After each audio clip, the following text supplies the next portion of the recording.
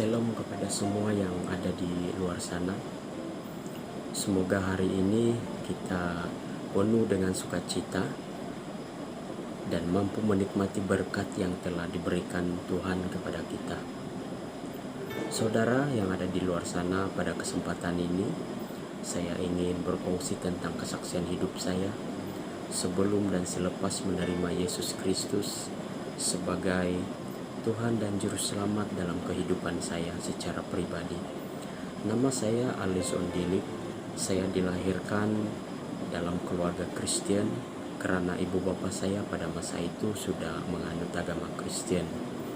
Saya dilahirkan di Kampung Kadayan Pitas dan membesar di Kampung Pinangkau Paitan.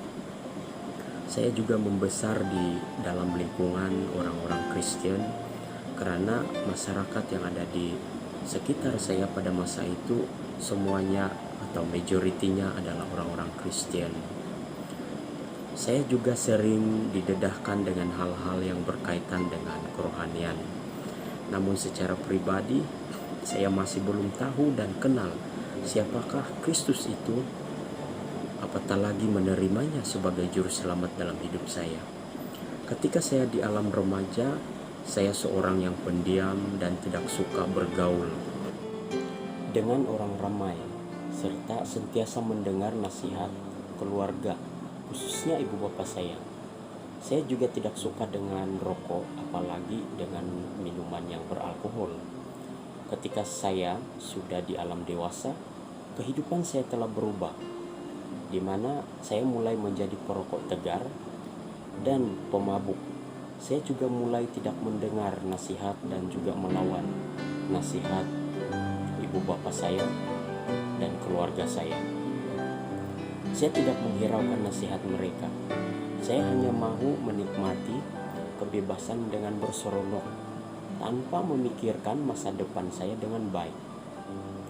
Pada tahun 2007 saya telah berkawin dengan istri saya. Selepas perkawinan itu saya masih juga meneruskan cara hidup saya yang lama, di mana masih suka menghabiskan masa bersama dengan rekan-rekan di luar tanpa memikirkan dengan baik tentang masa depan keluarga atau rumah tangga saya. Tambahan lagi, beberapa tahun selepas perkawinan kami masih belum memiliki anak. Dan hal itu sedikit sebanyak memberikan peluang kepada saya untuk terus berada di zona selesa. Pada masa itu saya bekerja sebagai ranger, subkontrak di Jabatan Perhutanan. Saya sebagai ketua kerja. Kerja yang kami lakukan ialah merawat hutan agar dapat bertumbuh dengan baik, khususnya kayu yang berkualiti. Kami juga akan membuat dan membersihkan sempadan hutan simpan.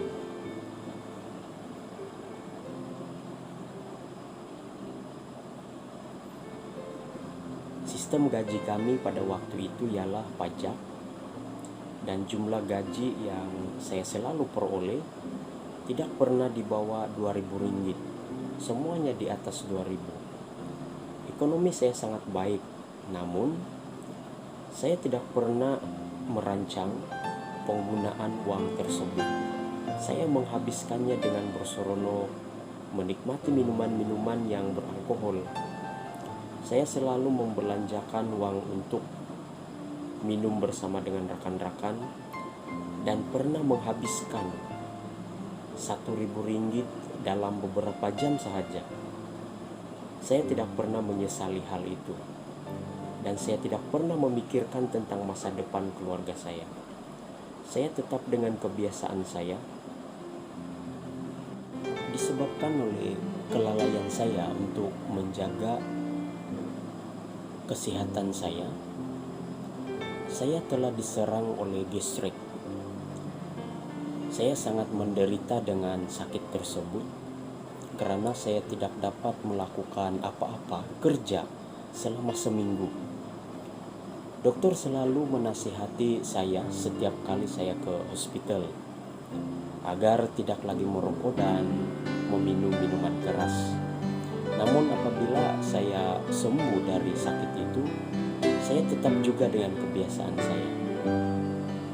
Istri saya selalu memberikan teguran kepada saya agar jangan terlalu mengikut kemauan saya. Namun saya selalu memberikan alasan dan tidak menghiraukan nasihatnya. Dia juga sering mengajak saya untuk pergi ke gereja, namun saya selalu memberikan alasan. Pada tahun 2012, istri saya telah mengajak saya untuk mengikuti satu convention belia yang dianjurkan oleh Persekutuan Belia Paroki Tangkarason pada ketika itu. Dalam convention tersebut, saya telah ditegur dengan satu perkongsian dari seorang pendeta mengenai peranan seorang Kristen bagi masyarakat yang ada di sekitarnya. Mulai dari itu, saya sentiasa memikirkan tentang hal itu. Pada masa yang sama, istri dan kakak saya juga mempelawa saya untuk masuk ke sekolah Alkitab, yaitu di Pusat Pendidikan Teologi atau PPT yang ada di Tinangol. Saya mulai bingung memikirkan hal tersebut. Namun pada tahun 2013, tanpa berpikir panjang, saya masuk ke sekolah Alkitab Tinangol dengan tujuan hanya untuk mempelajari Alkitab sahaja. Dan semasa saya datang di sekolah tersebut, saya hanya membawa beberapa buah buku kecil dan satu Alkitab. Itu pun saya hanya meminjamnya dari istri saya karena saya tidak memiliki Alkitab. Namun setelah saya sudah berada di sekolah tersebut, saya merasakan satu ketenangan yang sebelumnya atau sebelum ini saya tidak pernah merasakan hal itu. Saya mulai mengetahui siapa Yesus Kristus, apa yang telah dilakukannya dalam hidup saya, dan saya juga mulai mencintai kehidupan saya di tempat itu. Di sekolah itulah saya mengetahui bahwa selama ini kekristenan saya hanya sebagai perhiasan. Dan melalui sekolah inilah saya dibentuk dan menerima Kristus sebagai juru selamat saya secara pribadi. Saya tidak tahu bagaimana keadaan kerohanian saya sekiranya Tuhan tidak campur tangan dalam kehidupan saya. Karena selama ini saya tidak pernah mencari Tuhan. Saya sangat bersyukur kepada Tuhan karena memberikan kesempatan kepada saya untuk mengenalinya. Di sisi yang lain, saya juga berusaha untuk mengubah kebiasaan hidup saya sedikit demi sedikit. Memang bukan mudah untuk berubah, tetapi harus berubah. Selepas 2 tahun bersekolah di tempat tersebut atau di sekolah tersebut, saya dihantar untuk melayani di sebuah gereja yang terletak di Sikuati, yaitu di Jemaat Dampirit selama 4 tahun. Banyak perkara yang mustahil, yang mustahil bagi saya, yang dilakukan Tuhan dalam kehidupan saya. Tuhan memberikan saya kekuatan, kesabaran, keyakinan, dan sukacita.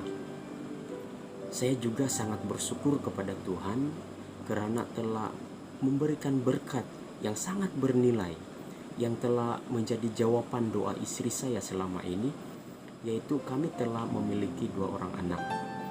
Saya juga sangat bersyukur kepada Tuhan karena sehingga pada hari ini saya tidak pernah lagi diserang oleh gesrek. Tuhan itu sangat ajaib, Tuhan itu sangat baik. Dia berkuasa dan penuh dengan cinta kasih. Dia tidak melihat siapa kita, walaupun sebelumnya saya tidak pernah mencari dia. Namun dia tetap melihat saya dan memberikan kesempatan kepada saya. Saya percaya bahwa kalau Tuhan tidak memberikan saya kesempatan, sangat mustahil bagi saya untuk bersaksi seperti ini di hadapan saudara-saudara yang ada di luar sana. Oleh itu saudara, pergunakanlah kesempatan yang ada, seperti lirik dalam lagu, hidup ini adalah kesempatan, hidup ini harus menjadi berkat. Gunakanlah kesempatan untuk mencari Tuhan dan menjadi berkat kepada orang yang ada di sekitar kita, khususnya dalam mengkabarkan berita baik tentang Yesus Kristus. Karena tidak cukup hanya dipenuhi dengan perbuatan-perbuatan baik, karena itu hanya sebagai pelengkap dan dasar bagi hubungan kita sesama manusia. Tetapi yang sangat penting adalah menjadikan Kristus sebagai juru selamat dalam kehidupan kita secara pribadi. Semoga perkongsian ini dapat menjadi berkat kepada saudara-saudara yang ada di luar sana. Tuhan Yesus memberkati kita semua. Amin.